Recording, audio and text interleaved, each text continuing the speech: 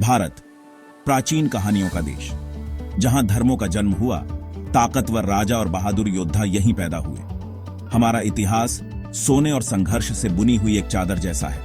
हिमालय से लेकर हिंद महासागर तक हमारी धरती अतीत की कहानियां बताती है। हमने साम्राज्यों को बनते और बिगड़ते देखा है। यहां कला, ज्ञान और नए नए आविष्कार हुए। समय के साथ हमारी यात्रा हमारे लोगों की शक्ति और धीरज को दिखाती है। यह एक ऐसी कहानी है जो दुनिया को प्रेरित करती है और मंत्रमुग्ध कर देती है। मौर्य साम्राज्य विशाल और शक्तिशाली एक शानदार समय की शुरुआत थी। सम्राट अशोक, जो एक क्रूर योद्धा से शांति दूत बन गए, उन्होंने बौद्ध धर्म का संदेश दूर दूर तक फैलाया।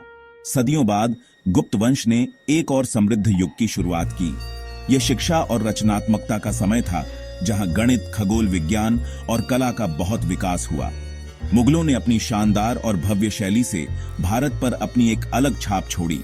उनके भव्य मकबरे से लेकर छोटी छोटी चित्रकारी तक उनकी विरासत आज भी हमें दिखाई देती है।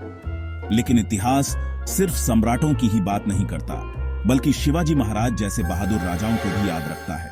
उन्होंने ताकतवर मुगलों को ललकारा और प्रतिरोध की एक चिंगारी जलाई, जो बाद में एक बड़ी आग बन गई। सैकड़ों सालों तक भारत ने अंग्रेजों का राज सहा, लेकिन हमारे लोगों का हौसला कभी नहीं टूटा।